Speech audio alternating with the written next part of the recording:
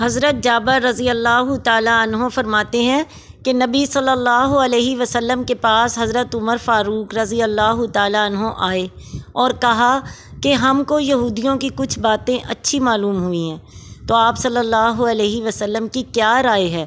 کیا ان میں سے کچھ ہم لکھ لیں؟ آپ صلی اللہ علیہ وسلم نے فرمایا، کیا تم بھی گمراہی کے کھڈ میں گرنا چاہتے ہو جیسے یہود و نصارہ اپنی کتاب کو چھوڑ کر کھڈ میں گر گئے؟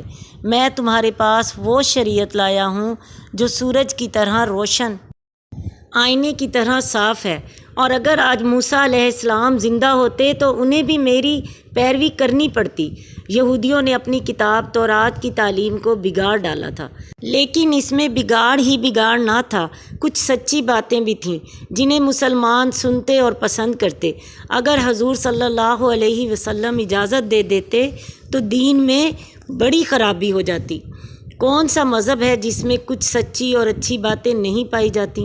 حضور صلی اللہ علیہ وسلم نے جو جواب حضرت عمر رضی اللہ تعالیٰ عنہ کو دیا، اس سے یہ بات کھل کر سامنے آتی ہے کہ صاف اور شفاف چشمہ جس کے اپنے گھر میں موجود ہو، اسے گدلے حوض کی طرف رخ نہیں کرنا چاہیے۔